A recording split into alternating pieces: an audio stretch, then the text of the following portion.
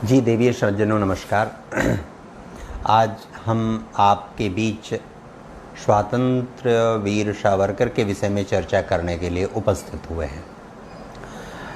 और चर्चा करने के लिए उपस्थित हुए हैं तो मैं इतिहास के तथ्यों, बहुत जगह चर्चा की जाने वाली बातों की चर्चा मैं आपसे नहीं करूँगा। अनेक प्रकार की काल्पनिक बातें भी करते हैं लोग, अनेक प्रकार के पूर्वाग्रह से ग्रसित होकर बात भी करते हैं। मेरा दृष्टिकोण चाहे जो भी हो, लेकिन मैं कुछ मौलिक प्रश्न आपसे करूंगा और उस प्रश्न के आलोक में स्वातंत्र्य वीर सावरकर के विषय में चर्चा करूंगा।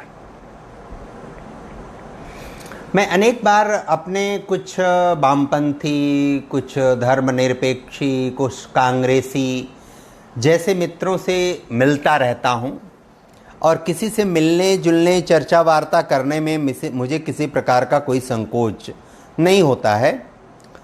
सभी तरह के लोग हमारे मित्र हैं और उन मित्रों से जब मैं चर्चा वार्ता करता हूं तो उस चर्चा वार्ता के क्रम में अनेक प्रश्न भी मेरे मन में आते हैं। मैं लोगों से प्रश्न भी पूछता हूं और उन प्रश्नों के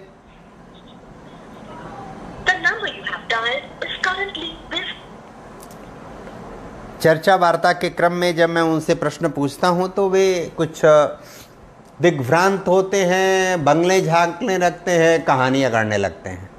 अनेक बार अनेक लोगों से मैं ये प्रश्न पूछता हूं कि ये बताइए कि भारत में अंग्रेज थे,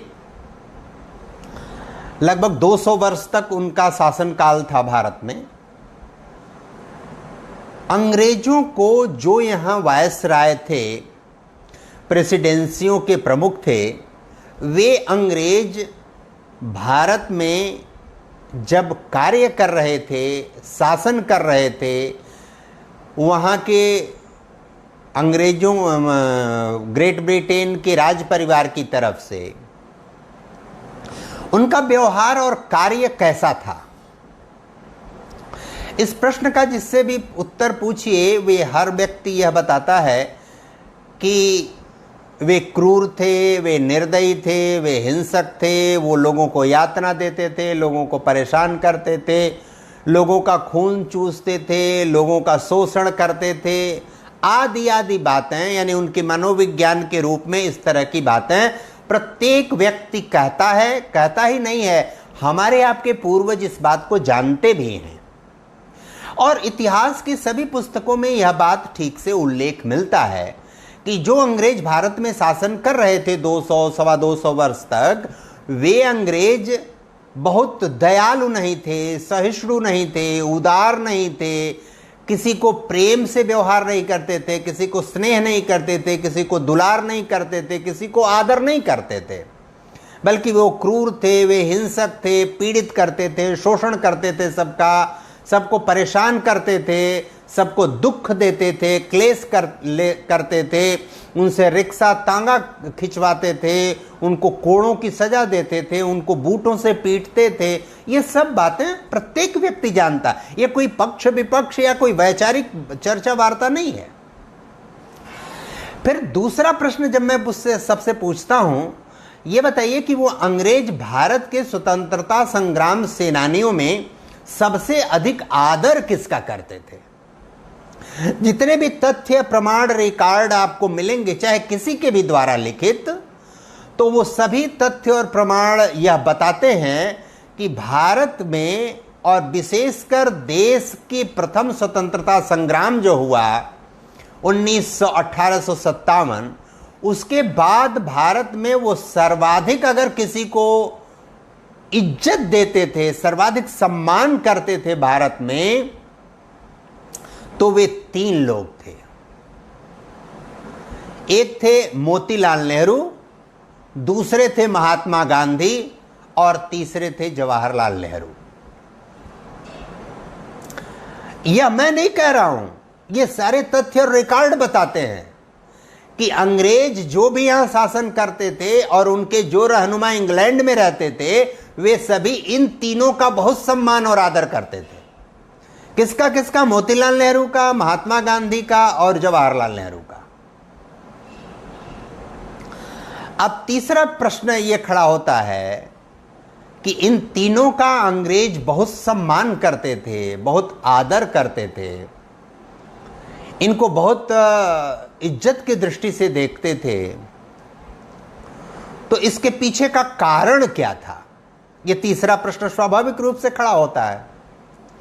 इस तीसरे प्रश्न पर जो लोग उत्तर देते हैं या इतिहास और साहित्य में उपलब्ध है, वो उत्तर देते हैं क्योंकि ये लोग बहुत मैच्योर कूटनीतिज्ञ थे, बहुत सूझबूझ वाले व्यक्ति थे, बहुत अच्छी तरह बात करना जानते थे, प्रेम और सौहार्द से सब चीज़ें हल करना चाहते थे।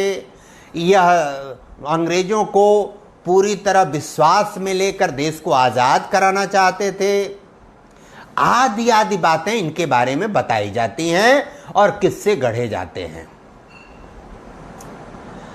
इनके अंदर ये सारी विशेषताएं थी, ये सारे गुण थे, ये लोग बताते हैं। और स्वयं महात्मा गांधी जी के बारे में, राष्ट्रपिता महात्मा गांधी जी के बारे में, बापू के बारे में यह धारणा है और वो स्वयं कहते भी थे, हजार जगह इसका उल्लेख भी मिलता है कि वो इतने सहिष्णु, इतने दयालु, इतने उदार, अंग्रेजों के प्रति इतना आदर भाव उनका था कि वो यहाँ तक बार बार कहते थे, यदि तुम्हारे एक गाल पर कोई एक थप्पड़ मारे तो दूसरा गाल भी उसके सामने कर दो। इतना उदार मना भारत में तो कोई नहीं मिलेगा। ये स्वाभाविक सी बात है। यानी इनके आदर जो करते थे वे इस आदर के पीछे ये कारण थे जिसके कारण अंग्रेज इनका आदर करते थे। अब यहां चौथा प्रश्न अपने आप खड़ा होता है। पहले प्रश्न से आप शुरू करिए, चौथा प्रश्न अपने आप खड़ा। जो हिंसक होगा, जो क्रूर होगा, जो आतताई होगा, जो बूटों से पीटता होगा, किसी को कोड़ों की सजा देता होगा, शोषण करता होगा, जबरदस्ती मालगुजारी वसूल करता होगा, वह सामने वाले के नैतिक व्यवहार और आचरण पर, सामने वाले की उदारता, दया और अच्छे मानवीय संवेगों के आधार पर उससे अच्छा व्यवहार करने लगेगा। ऐसा संभव है? किसी क्रूर और आतताई व्यक्ति के सामने अगर कोई व्यक्ति जाकर उसको बहुत सुंदर और अच्छा उपदेश देना शुरू करे तो क्या उसका वो भाव चेंज हो जाता है, परिवर्तित हो जाता है? और वो भी केवल 3 लोगों के बारे में, बाकी के बारे में नहीं। ऐसा संभव है? मनोविज्ञान में इस तरह का कोई भी आधारभूत संकेत, कोई भी सिद्धांत, कोई भी व्यवहार और दुनिया की मानवीय संवेगों से संबंधित कोई भी चिंतन पद्धति इस बात को स्वीकार नहीं करती है।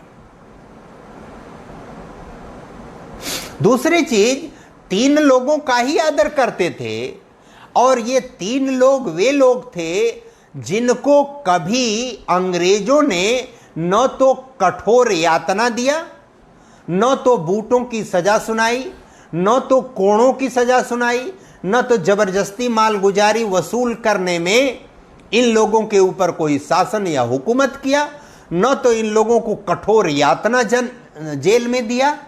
ये इसका कहीं कोई वर्णन नहीं मिलता है। यदि हम ऐसे व्यक्ति हैं जो हमारी अच्छाई में गिना जाता है कि हमको एक थप्पड़ मारो तो मैं दूसरा गाल भी करूंगा मारने के लिए, यह उसकी विशेषता बताई जाती है, यह उसकी श्रेष्ठता बताई जाती है। मोतीलाल नेहरू, महात्मा गांधी जी और जवाहरलाल जी के बारे में आदर उनका इसलिए था कि ये बहुत सच्चरित्र, बहुत श्रेष्ठ और बहुत अच्छे मानवीय गुणों वाले व्यक्ति थे, इसलिए अंग्रेज इनका आदर करते थे और इसलिए भेंट स्वरूप भारत को उन लोगों ने इनके कारण आजादी दे दिया। यदि यह मानवीय और श्रेष्ठ गुण है तो मेरे पास इसके प्रमाण हैं। जो 6 पत्र लिखा है दामोदर विनायक सावरकर जी ने अंग्रेजों को, स्टेट होम मिनिस्टर को, भारत सरकार जो अंग्रेजों के द्वारा संचालित था, वो 6 पत्रों की प्रति है मेरे पास। मैं पढ़ के उसके लैंग्वेज बता सकता हूं। वो माफीनामा नहीं है, वो रिट पिटीशन है। और वो रिट पिटीशन है। अब हम यदि इतने उदार हैं तो वो हमारा अच्छा व्यवहार और गुण है, तो सावरकर जी द्वारा हमको जेल से रिहा कर दिया जाए, यह पत्र लिखना क्या उदारता, सच्चरित्रता, श्रेष्ठता और अच्छे मानवीय संवेगों और गुणों का प्रतिफल, परिणाम या प्रमाण नहीं है? यदि यह प्रमाण नहीं है तो वह भी प्रमाण नहीं है। यदि यह इनका श्रेष्ठ मानवीय वेग, संवेग और गुण नहीं है तो एक गाल पर थप्पड़ मारो, मैं दूसरा गाल भी करूंगा, यह भी मानवीय श्रेष्ठ व्यवहार और आचरण नहीं है। एक 5वीं बात, भारत में जितने भी वामपंथ और धर्मनिरपेक्ष के झंडा वरदार हैं, ये जब देश के लोग जो शहीद हुए स्वतंत्रता संग्राम के आंदोलन में, उन शहीदों के बारे में, चाहे आप भगत सिंह, सुखदेव, राजगुरु हों, चाहे गोपाल कृष्ण गोखले, बाल गंगाधर तिलक हों, चाहे मदन लाल धींगरा हों, मैं सावरकर जी का नाम अलग कर देता हूं, चाहे मदन लाल धींगरा हों या इस तरह के जितने भी नाम हैं, इन लोगों, सुभाष चंद्र बोस हों, इन लोगों के नाम को लेकर उत्सव, त्योहार और इनके नाम को लेकर यशगान, इनके नाम को लेकर कोई योजना रचना, इनके नाम को महिमा मंडन करना, यह कार्य कभी भी किसी भी वामपंथी या कांग्रेस के लोगों द्वारा करते हुए आपने या देश के लोगों ने कभी देखा है और किया है? यहां तक कि राजेंद्र प्रसाद जी के बारे में, सरदार वल्लभ भाई पटेल जी के बारे में आपने कभी देखा और सुना है ऐसा करते हुए? किसी ने ऐसा किया है?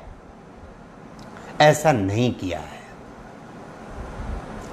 1919-20 में जब सेलुलर जेल से 13 बाई 7 फीट की कोठरी में 9-9.5 वर्ष जब सावरकर जी थे, सेलुलर जेल से उनको रिहा किया गया, तो वो रिहा किया गया 2 लोगों के हस्तक्षेप पर, बाल गंगाधर तिलक के हस्तक्षेप पर और सरदार वल्लभ भाई पटेल के हस्तक्षेप पर।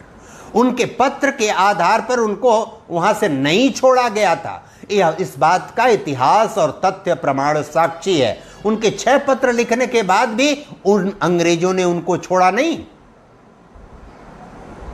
सरदार वल्लभ भाई पटेल और बाल गंगाधर तिलक जी के हस्तक्षेप करने के बाद उनको वहां से छोड़ा गया, और छोड़ा गया तो उसके बाद की 1966 तक सरदार वल्लभ भाई पटेल, विनायक दामोदर सावरकर जी जीवित थे।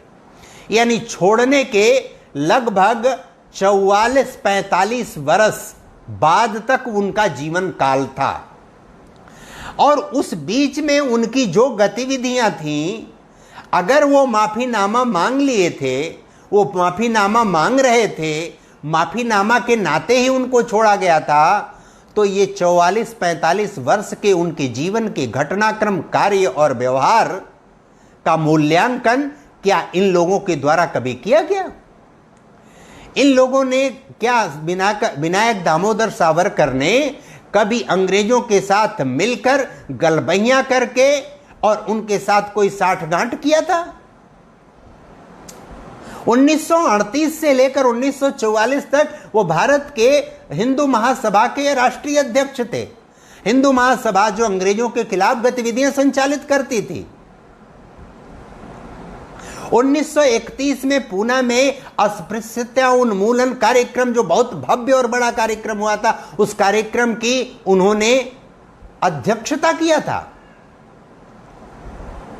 उस कार्यक्रम को, उसके मंतव्य को आगे बढ़ाया था। जिस कार्यक्रम की इनिशियल स्टेज में उसकी आयोजना रचना करते समय मोतीलाल नेहरू जी जैसे लोगों ने विरोध किया था। महामना मदन मोहन मालवीय जी ने भी विरोध किया था, लेकिन उनको सावरकर जी ने बताया, उसके मूल वास्तविक तथ्य और बातों को जब बताया तो महामना मदन मोहन मालवीय उनके समर्थन और सहयोग में खड़े हुए। 1931 में भगत सिंह सुखदेव राजगुरु को जब फांसी की सजा सुनाई गई तो उस फांसी की सजा सुनाने पर जो प्रतिक्रिया थी सब दामोदर विनायक सावरकर की, क्या वह प्रतिक्रिया किसी क्षमा याचना मांगने वाले व्यक्ति की प्रतिक्रिया हो सकती है? लेकिन उस पर जो प्रतिक्रिया महात्मा गांधी की थी, वह प्रतिक्रिया क्षमा याचना मांगने वाले व्यक्ति की हो सकती है, जो अंग्रेजों से साठगांठ करने वाले व्यक्ति की हो सकती है।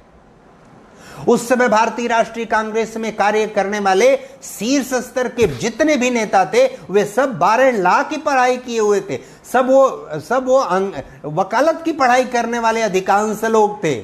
वो मुकदमा कहने के बाद भी लोग क्यों नहीं लड़े? क्या भगत सिंह सुखदेव राजगुरु देश के स्वतंत्रता आंदोलन के मजबूत सिपाही नहीं थे? 1900 बाल गंगाधर तिलक के विषय में आप अगर मूल्यांकन करेंगे तो आपको वास्तविकता पता चलेगा कि 1913-14 में गोपाल कृष्ण गोखले, 1915 में तो उनका देहांत हो जाता है। गोपाल कृष्ण गोखले जी 1913-14 में अफ्रीका में महात्मा गांधी से कई बार, उस समय महात्मा थे नहीं, वो हिंदुस्तान आने के बाद वो महात्मा बने। महात्मा जी के बारे में उनसे संपर्क हुआ, उनके कार्य गतिविधि और वहाँ भारतीयों के विषय में जो चिंता व्यक्त कर रहे थे, उनके खिलाफ जो उत्पीड़न हो रहा था, उनके कार्यों से बहुत प्रभावित हुए और उन्होंने कहा कि हिंदुस्तान चलकर आपको भारतीय स्वतंत्रता आंदोलन में महत्वपूर्ण भूमिका निभाना चाहिए, आपका बेहतर उपयोग वहां हो सकता है। 1905 के बंगाल विभाजन पर सर्वाधिक प्रभावित अगर कोई व्यक्ति था सावरकर जी से, उस समय सावरकर जी की आयु मात्र 22 वर्ष थी और उस समय जो लेख लिखे उन्होंने, जो कार्य किया, जो आंदोलन चलाया, उससे सबसे अधिक प्रभावित कोई व्यक्ति था तो वो बाल गंगाधर तिलक थे। और उन्होंने 1905 में उनको सर्वश्रेष्ठ स्वतंत्रता संग्राम सेनानी कहा था। 1907 में जो गतिविधि उन्होंने संचालित की और पहली बार उन्होंने कहा कि 1857 की जो का आंदोलन है, वो आंदोलन विद्रोह नहीं है, वो प्रथम स्वतंत्रता संग्राम है। और उस पर उन्होंने कार्य करना शुरू किया, उसके तथ्य, रिकॉर्ड और गहराई में गए। 1908 में उनकी पुस्तक, जिसको 1857 स्वातंत्र समर पुस्तक अंग्रेज हिंदी में बाद में अनुवाद हुआ, वो अंग्रेजी में वो पुस्तक पहले छपी, the Indian war of independence नाम से 1907 में 8 में वो पुस्तक तैयार हो गई। भारत में, इंग्लैंड में और बहुत सारे जगहों पर उसके प्रकाशन के लिए उन्होंने बहुत प्रयत्न किया, लेकिन वो प्रकाशित भी नहीं हो पाए। अंत में इसे अपने किसी सहयोगी के माध्यम से उन्होंने हॉलैंड में उसको प्रकाशित कराया और हॉलैंड से अपने किसी सहयोगी के माध्यम से फ्रांस भिजवाया, फ्रांस से उसको हिंदुस्तान किसी तरह से भेजा गया। स्वतंत्र वीर सावरकर का जो कार्य और व्यवहार है, वह कार्य व्यवहार इस बात को प्रमाणित करता है कि भारत में जो स्वतंत्रता आंदोलन शुरू हुआ, उसमें 3 प्रकार के लोग शुरू से कार्य कर रहे थे।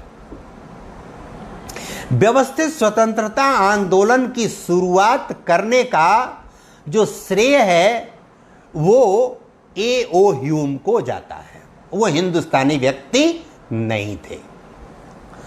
A.O. ह्यूम ने ही योजना बनाई कि भारत में एक स्वतंत्रता आंदोलन चलाने वाला राजनीतिक दल होना चाहिए, और वह राजनीतिक दल होना चाहिए तो उस राजनीतिक दल का उद्देश्य, लक्ष्य और कार्य क्या है। Womesh Chandra Banerjee, A.O. Hume, Motilal Nehru, sir Syed Ahmad, ये चारों लोग मुंबई के वायसराय लॉर्ड डफरिन के पास यह प्रस्ताव लेके जाते हैं कि कांग्रेस का हमको पहला अधिवेशन करना है, और वह कांग्रेस का जो पहला अधिवेशन हमको करना है, उस अधिवेशन को करने के लिए हमको पूना में अनुमति दीजिए।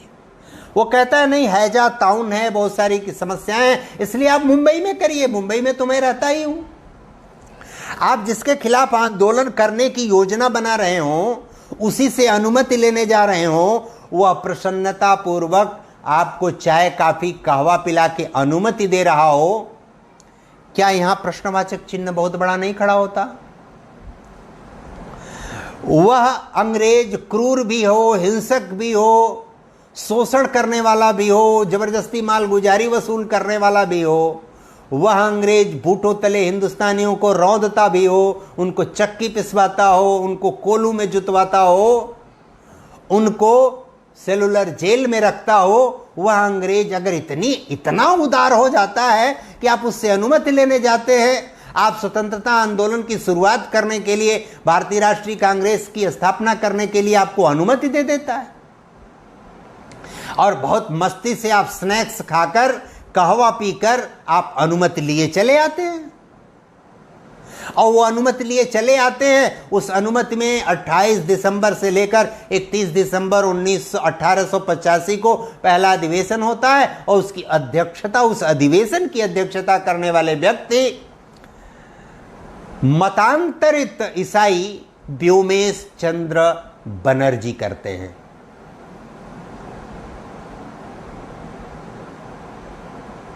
और आंदोलन की शुरुआत होती है। ये गजब खेल है। इतना अधिक आत्मीयता लगाव अंग्रेजों से था इन लोगों का, इतना अधिक लगाव था कि दोनों एक दूसरे का आदर भी करते थे, सम्मान भी करते थे, लेकिन हिंदुस्तान पर शासन भी करते रहना चाहते थे, और ये लोग कराते रहना चाह रहे थे।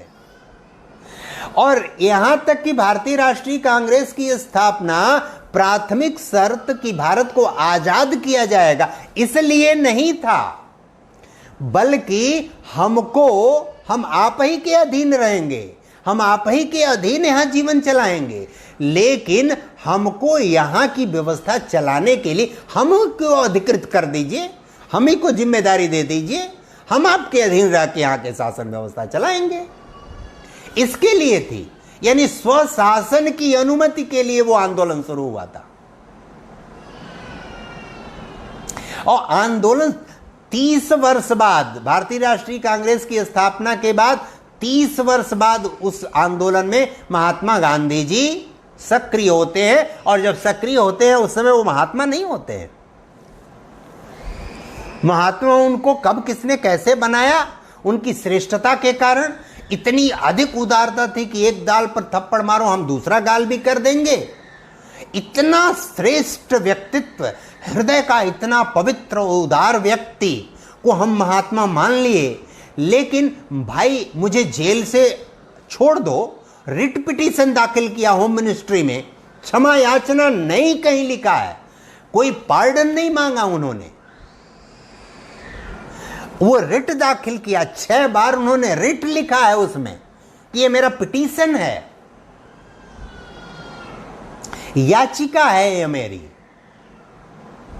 याचिका आज भी दाखिल होती है, और याचिका को आप याचना कह दें तो वह एक जो लैंग्वेज है जुडिशियरी की, न्याय पाने की, उसकी तौहीन, उसका अपमान नहीं है। आज जो भी याचिका दाखिल करते हैं बड़े बड़े अधिवक्ता, वकील, क्या आप उसको याचक, क्षमा याचना करने वाला मान लेंगे? अगर मान लेंगे तो आप उस व्यवस्था में ही परिवर्तन कर दीजिए जो लोग उस व्यवस्था का पिछले 70 साल से पालन करते आ रहे हैं। आप उसी ब्याची भाव में क्या भारतीय राष्ट्रीय कांग्रेस की स्थापना किए थे? आपकी तो वो याचना ही थी। मदनलाल धिंगरा ने जब हत्या किया था 1910 में, किसकी हत्या किया था? विलियम हट कर्जन वायली का। एक अंग्रेज कलेक्टर था हिंदुस्तान में, उसकी उन्होंने इंग्लैंड में हत्या कर दिया। और हत्या जब कर दिया तो उस हत्या पर लंदन टाइम्स में एक बड़ा भव्य और बहुत मजबूत इरादे वाला लेख लिखा था दामोदर विनायक सावरकर ने। और उस लेख को लेकर अंग्रेज बिफर पड़े कि जो आपने यह लेख लिखा है, उस वह लेख यह प्रमाणित करता है कि आपने मदनलाल धींगरा को इंस्टिगेट किया कि वो हत्या करें, उनको आपने पिस्तौल प्रोवाइड कराया कि वो हत्या करें, और इस जुर्म में आपको गिरफ्तार किया जाता है। गिरफ्तार करके उनको हिंदुस्तान लाया जा रहा था। फ्रांस के पास वो जहाज से बाथरूम के रास्ते निकलकर भागे, लेकिन फिर उनको गिरफ्तार कर लिया गया और दोहरे आजीवन कारावास की उनको सजा दी गई। जो उन्होंने रिट यानी याचिका दिया, उस याचिका में हमेशा इस बात का सेंस, 4 याचिका के पत्र मेरे पास उपलब्ध हैं, मैं यहां पढ़ के उसमें लंबा समय लगेगा, कभी मैं उसको व्यवस्थित स्वरूप में जारी करूंगा। जो याचिका उन्होंने दिया उसके पीछे की मंशा पूरी तरह स्पष्ट है, और वह यह मंशा इसलिए स्पष्ट है क्योंकि वो चाहते थे कि अगर मैं इसी जेल में रह जाऊंगा तो इस देश के उद्देश्य, देश के रक्षा के लिए, स्वतंत्रता आंदोलन को आगे बढ़ाने के लिए मैं कोई व्यवस्थित भूमिका अदा नहीं कर पाऊंगा। इससे अधिक सहिष्णुता और उदारता के भाव में महात्मा गांधी बार बार कहते थे कि मैं अंग्रेजों से शांति प्रिय तरीके से निपटना चाहता हूं, मैं हिंसा का सहारा नहीं लेना चाहता हूं, इसलिए सुखदेव राजगुरु और भगत सिंह जैसे लोगों की हजारों लाखों लोगों को बलि चढ़ा देना चाहता हूं, उनके पक्ष में नहीं खड़ा होना चाहता हूं, क्योंकि मुझे देश आजाद कराना है। क्योंकि अंग्रेज मुझे जेल में डाल देंगे तो क्या होगा। वही बात सावरकर जी कह देते हैं तो उनको बुरा सिद्ध करने की कोशिश होने लगती है, और दूसरा व्यक्ति कहता है तो उसको महात्मा घोषित करने की कोशिश होने लगती है। कांग्रेस के एजेंडे में पिछले 10, 20, 30 वर्षों में देख लीजिए, भारतीय कम्युनिस्ट पार्टी, मार्क्सवादी कम्युनिस्ट पार्टियों के एजेंडे में देख लीजिए कि उन्होंने कब किसकी जयंतियां कैसे मनाई हैं। क्या उनके पास मोतीलाल नेहरू, जवाहरलाल नेहरू या महात्मा गांधी के अतिरिक्त बाल गंगाधर तिलक, गोपाल कृष्ण गोखले के विषय में कभी उन्होंने भगत सिंह, सुखदेव, राजगुरु, मदनलाल धींगरा के विषय में क्या उन्होंने कभी कोई उत्सव त्योहार आयोजना किया है? क्या उनको स्वतंत्रता संग्राम सेनानी मनाते हैं? क्या उनकी इतिहास में चर्चा करते हैं? इसलिए नहीं करते क्योंकि स्वतंत्रता आंदोलन में 3 तरह के लोग शामिल थे। एक वे लोग जो अंग्रेज, भारतीय राष्ट्रीय कांग्रेस के माध्यम से अंग्रेजों के साथ मिलकर यहां स्वशासन चाहते थे, और वह स्वशासन अपने हाथ में चाहते थे, ताकि अंग्रेजों को हम महिमा मंडित करते रहें और उनके माध्यम से हिंदुस्तान में सुख और आनंद भोगते रहें। दूसरे वे लोग थे जो भारतीय राष्ट्रीय कांग्रेस और इस पहले प्रकार के लोगों को यह मान लिए थे, या उनको मानने के लिए विवश कर दिया गया था तकनीकी रूप से, कि वास्तव में हम भारत को आजाद कराने के लिए यह स्वतंत्रता का बड़ा आंदोलन खड़ा कर रहे हैं और इसमें सबका सहयोग चाहिए। तो वो सच्ची निष्ठा और लगन समर्पण से वे लोग सहयोग कर रहे थे, वे लोग उसमें भागीदार थे, लेकिन उसके छुपे हुए एजेंडे से वो अपरिचित थे पूरी तरह। और इस अपरिचित लोगों में बाल गंगाधर तिलक, गोपाल कृष्ण गोखले जैसे लोग भी शामिल थे। मदन मोहन मालवीय जैसे लोग, रविन्द्रनाथ टैगोर जैसे लोग शामिल थे।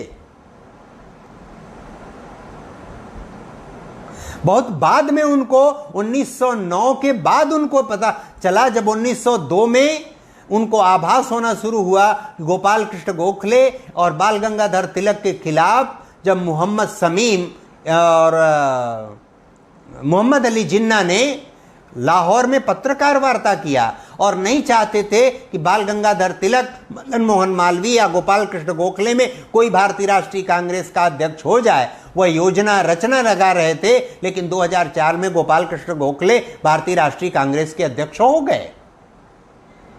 मुस्लिम लीग की स्थापना हुई, उसके बाद की बहुत सारी घटनाओं की चर्चा मैं पीछे अनेक बार कर चुका हूं। एक तीसरे प्रकार के वे लोग थे जो 1857 की क्रांति से ही समझ गए थे, उसके बाद के दिनों की गतिविधियों से समझ गए थे कि भारत को आजाद कैसे कराना चाहिए और भारत को आजादी कैसे मिल सकती है। वो कांग्रेस के लोगों के छुपे हुए एजेंडे और खुले एजेंडे दोनों से ठीक ठीक परिचित थे और उस परिचय के कारण वे एक बड़े तगड़ी मजबूत स्टैंड लेकर वो मुहिम चला रहे थे। और वे लोग नहीं होते तो भारत आज आजाद नहीं होता, इस बात की पूरी गारंटी है। स्वशासन की व्यवस्था स्वीकार करके भारत लकीर के फकीर की अवस्था में अनवरत और आगे तक चलता रहता।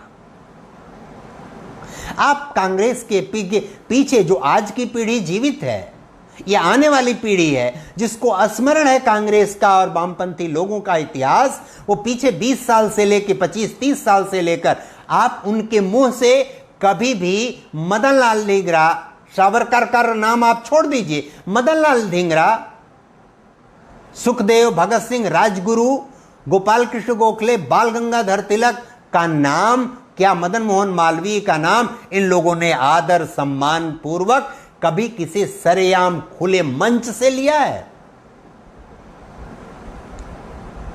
कितना आदर दिया है इन लोगों को? सर्वाधिक निकट मदन लाल धिंगरा, भगत सिंह, सुखदेव, राजगुरु सर्वाधिक निकट किसी के थे तो वो स्वतंत्र वीर सावरकर के निकट थे। हमारे इन प्रश्नों का उत्तर अगर कोई दे दे तो मैं मानने के लिए बाध्य हूं कि स्वतंत्र वीर सावरकर गलत थे। ये वे लोग हैं जो कहते हैं कि महाराणा प्रताप घास की रोटी खाए, वे भुक्खड़ थे, दरिद्र थे। ये वे लोग हैं जो इतिहास की इस तरह से व्याख्या करते हैं।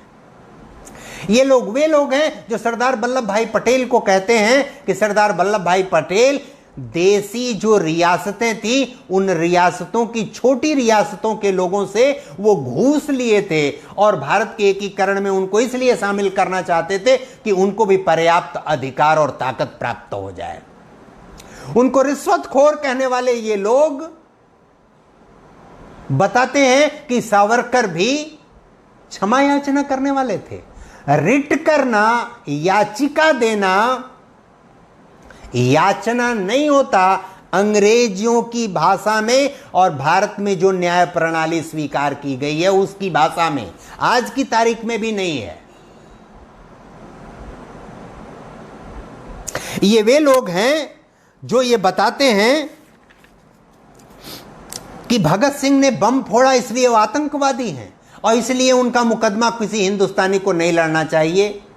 1931 की घटना बहुत महत्वपूर्ण है। उसी साल मोतीलाल नेहरू का निधन हुआ, उसी साल भगत सिंह, सुखदेव, राजगुरु को फांसी हुई और उसी वर्ष अस्पृश्यता एक कलंक है भारत में। उसको लेकर पूना में सबसे बड़ा जो आंदोलन और कार्यक्रम शुरू हुआ था, उस आंदोलन की अध्यक्षता स्वतंत्र वीर सावरकर ने पूना में किया था। तथ्य और रिकॉर्ड इसके साक्षी हैं। और उन्होंने कहा था कि हिंदुस्तान का प्रत्येक व्यक्ति हमारा भाई है, जिसकी मातृभूमि यहां है, जिसकी पितृभूमि यहां है और जिसकी पुण्य भूमि यहां है। जो अपना मातृभूमि यहां मानता है, जो पितृभूमि यहां मानता है, जो पुण्य भूमि यहां मानता है, वो सब हमारे भाई हैं। शिवाजी को कर वसूलने वाले, शिवाजी भारतीयता के लिए, सनातन संस्कृति की रक्षा के लिए जो लोगों से सहयोग लेते थे, उसको कहने वाले ये जो वामपंथी लोग हैं, धर्मनिरपेक्षी लोग हैं, वो कहते थे वो तो हफ्ता वसूलते थे। इनकी व्याख्या देखिए कि ये कैसे चीजों की व्याख्या करते हैं। सुभाष चंद्र बोस को भगोड़ा कहते हैं ये लोग। सुभाष चंद्र बोस के खिलाफ गलत तरीके से दूसरे को चुनाव लड़ाते और जितवाते हैं ये लोग। सुभाष चंद्र बोस की डिग्निटी पर अगर कोई सवाल खड़ा करता है तो वो ठीक सवाल उस वैसे ही है जैसे सावरकर की डिग्निटी पर लोग सवाल खड़ा कर रहे हैं। और एक बहुत रहस्य और रोमांच की बात मैं बताता हूं कि 6 रिट दाखिल करने के बाद स्टेट होम मिनिस्ट्री भारत में जो अंग्रेजों के अधीन थी, 6 रिट, क्षमा याचना नहीं। अगर वह क्षमा याचना थी तो आज जो हिंदुस्तान के न्यायालयों में रिट पिटीशन दाखिल होता है वह भी याचिका नहीं, उसको भी आज याचना कहना चाहिए। अगर याचना आज कोई नहीं कहता है तो स्वतंत्र वीर सावरकर का रिट भी याचना नहीं थी। और जो क्षमा याचना उसको कहते हैं, निश्चित रूप से वो कुंठित हैं, घृणित हैं और पूर्वाग्रह से ग्रसित हैं। और यह सबसे महत्वपूर्ण है कि 1920 में बाल गंगाधर तिलक जी चले गए इस दुनिया से, लेकिन 1919 में बाल गंगाधर तिलक और सरदार वल्लभ भाई पटेल के हस्तक्षेप के कारण अंग्रेजों से उन लोगों ने कहा कि नहीं, सावरकर अब किसी भी अंग्रेजों के विरुद्ध कोई आंदोलन नहीं करेंगे, वे भूमिगत रहेंगे और इसलिए उनको जेल से आप मुक्त करिए। सरदार वल्लभ भाई पटेल 1950 तक जीवित रहे, बाल गंगाधर तिलक 1920 में चल बसे। अगर पटेल जी की तरह लोकमान्य तिलक भी 50, 60, 65, 55 तक जीवित रहते तो जो आखिरी दिनों में दुर्दशा और यातना और खराब व्यवहार पटेल जी के साथ किया गया, दोयम दर्जा बनाया गया उनको देश की अग्रणी पंक्ति में नहीं खड़े होने दिया गया, वही दशा बाल गंगाधर तिलक के साथ भी ये लोग करते। क्योंकि महात्मा गांधी और जवाहरलाल नेहरू को यह बात पता थी, जब सावरकर जी छोड़े गए उस समय जवाहरलाल जी की आयु 32 वर्ष थी। इन लोगों को यह पता था कि ये वही सरदार वल्लभ भाई पटेल हैं जिस सरदार वल्लभ भाई पटेल ने सावरकर को रिहा कराया है। सरदार वल्लभ भाई पटेल भी वकील थे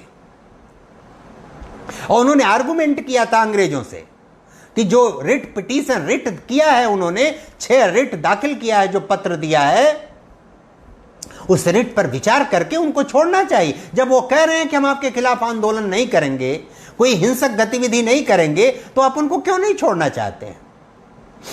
उस आर्गुमेंट में बाल गंगाधर तिलक ने उनका सहयोग किया था और उसी का खामियाजा उनको भुगतना पड़ा कि आखिरी समय में महात्मा गांधी ने उनको आगे नहीं बढ़ने दिया, सुपरसीड करके जवाहरलाल जी को आगे बढ़ाया।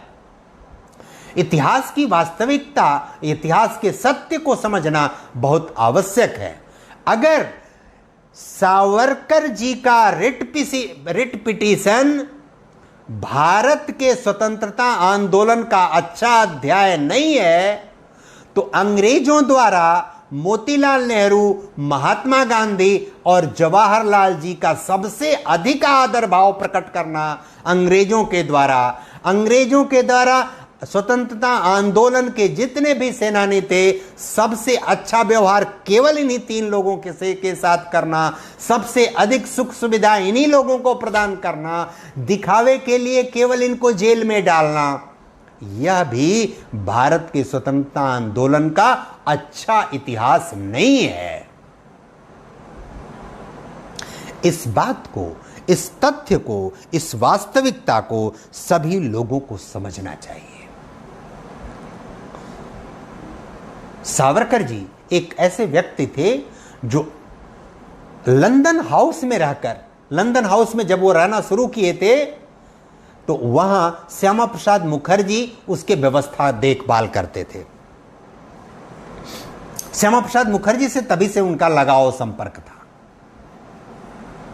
यह सारी बातें, सारी चीजें, और जो सबसे बड़ा हिंदू महासभा जो अंग्रेजों के विरुद्ध आंदोलन खड़ा करती थी, 6 वर्ष तक उसके अध्यक्ष रहे थे, 38 से 44 तक, सावरकर जी अंग्रेजों के विरुद्ध गतिविधियां संचालित करने वाला वो संगठन था।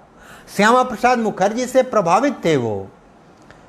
सावरकर जी के विषय में नकारात्मक दुष्प्रचार और कार्य केवल इसलिए किया गया कि वो कहते थे हिंदुस्तान केवल उनका है जो इसको अपनी मातृभूमि भी मानते हैं, पितृभूमि भी मानते हैं, पुण्य भूमि भी मानते हैं। पुण्य भूमि का अर्थ इस हिंदुस्तान को अपनी आस्था और विश्वास का स्थान और केंद्र भी मानते हैं, जहां वह अपनी पूजा अर्चना आराधना करते हैं, वो सबका हिंदुस्तान है। उनका आस्था का केंद्र रोम या वेटिकन सिटी नहीं है। उनका आस्था का केंद्र हिंदुस्तान के बाहर नहीं है।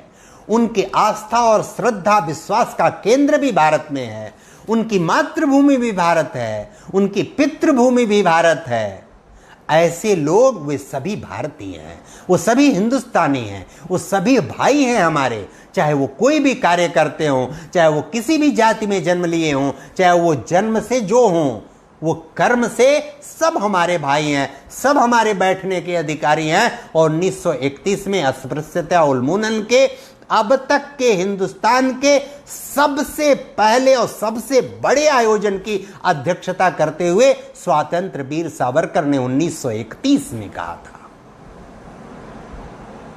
यह तथ्य, यह प्रश्न, यह वास्तविकता किसी भी संवेदनशील व्यक्ति के हृदय को, मन मस्तिष्क को झकझोर देते, हिलाकर रख देते हैं और विवश करते हैं उन लोगों के बारे में सवाल खड़ा करने के लिए जिनको अनावश्यक जानबूझकर महिमा मंडित। इसमें शेक्सपियर का एक कोट बहुत महत्वपूर्ण है। शेक्सपियर बार बार कहते हैं कुछ लोग जन्म से महान होते हैं, कुछ लोगों पर महानता थोप दी जाती है, लाद दी जाती है। जन्म से महान जैसे हो गए जिनके इस समय देश में बहुत सारे फॉलोअर हैं, अनुयायी हैं, कांग्रेस के पूर्व अध्यक्ष जी, वर्तमान अध्यक्ष भी, ये लोग जन्म से ही महान हैं। ये कार्य, व्यवहार, आचरण से महान नहीं है, जन्म से इन्होंने ऐसे घर में पैदा लिए कि ये महान हो गए। कुछ लोगों पर महानता लाद दी जाती है, थोप दी जाती है कि ऐसा वायुमंडल, ऐसा व्यक्तित्व किसी व्यक्ति का उभार दीजिए कि समूचा जनमानस उसके पीछे खड़ा हो जाए। और जब उसके पीछे खड़ा हो जाएगा तो उसके माध्यम से हम जो चाहेंगे अपना उल्लू सीधा कर लेंगे। यह सुनियोजित तरीके से अंग्रेजों ने गांधी जी के संबंध में किया। कुछ लोग जन्म से महान होते हैं, कुछ लोगों पर महानता थोप दी जाती है और कुछ लोग अपने कर्म से, अपने व्यवहार से, अपने आचरण से महानता हासिल करते हैं। वह हासिल करने वाले लोगों में बाल गंगाधर तिलक थे, स्वातंत्र वीर सावरकर थे, दामोदर विनायक सावरकर थे, सुभाष चंद्र बोस थे, सरदार भगत सिंह थे, मदन लाल धिंगरा थे, सुखदेव थे, राजगुरु थे और न जाने कितने ऐसे स्वतंत्रता संग्राम सेनानियों का इतिहास भारत में है जो अपने कर्तव्य, व्यवहार और आचरण से वह महानता हासिल करते थे। इसलिए तीनों प्रकार के सेनानी, तीनों प्रकार के भारत के महान लोग जो तथ्य, रिकॉर्ड और वास्तविकता को छिपाते हैं और इस बात की अनदेखी करते हैं कि सत्य क्या था, प्रश्न क्या था, उत्तर क्या था। मनोविज्ञान का कोई सिद्धांत नहीं है कि किसी हिंसक, क्रूर और निर्दयी व्यक्ति किसी व्यक्ति की इस कारण केवल आदर सम्मान करने लगे कि वह व्यक्ति बहुत अच्छा उसके साथ पेश आता है, बहुत आदर पूर्वक पेश आता है। हिंदुस्तान नहीं, पूरे दुनिया का मनोविज्ञान और व्यक्ति के मनोविज्ञान का यह सच है कि जब भी किसी घृणित, हिंसक व्यक्ति से, किसी क्रूर व्यक्ति से जब आप प्रेम से, सज्जनता से, आदर पूर्वक बात करेंगे तो वो पहले आपको गाली देना शुरू करता है, बेइज्जत, अपमानित करना शुरू करता है। हिंदुस्तान के स्वतंत्रता आंदोलन के इतिहास में इन सारी घटनाओं, इन सारी बातों के आलोक में, हमारे सारे प्रश्नों के आलोक में आद्योपांत आप सुनकर चिंतन विचार मनन करें तो आपको पता चलेगा कि स्वतंत्र वीर सावरकर क्या थे। भारत के इतिहास में ऐसा उज्जवल स्वर्णिम यशस्वी व्यक्तित्व है आपका कि जो शीर्ष स्तर के स्वतंत्रता संग्राम सेनानी थे, शीर्ष स्तर के वास्तविक अर्थों में भारत को समझने और जानने वाले लोग थे। उनमें अग्रणी रूप में स्वतंत्र वीर सावरकर को आप पाएंगे। मेरे निवेदन को, मेरी बातों को विचार चिंतन मनन के स्तर पर आप ले जाएंगे तो हम आपसे चर्चा वार्ता आगे भी करते रहेंगे। हमारे को आप कोई सुझाव हो तो आप दे देंगे, कोई प्रश्न होगा तो आप बताएंगे। उन प्रश्नों की भी तफसील से डिटेल और विस्तार में हम आपसे चर्चा वार्ता करेंगे। इस समय इतना चर्चा करते हुए, इतना निवेदन करते हुए आज के अपने इस विषय पर हम अपनी चर्चा पूर्ण करते हैं। कल किसी और ज्वलंत महत्वपूर्ण विषय पर आपसे चर्चा के लिए उपस्थित होंगे। बहुत बहुत धन्यवाद, नमस्कार। आप हमारे इस पेज को लाइक करके अस्थायी रूप से जुड़ें। इस पेज पर जो भी सूचना, जो भी बात, जो भी वीडियो, जो भी क्लिप, जो भी लिंक होगा वो सब आपको प्राप्त होगा। आप देखेंगे, चिंतन मनन करेंगे और हमारे तक भी बातें पहुंचाएंगे। बहुत बहुत धन्यवाद, नमस्कार।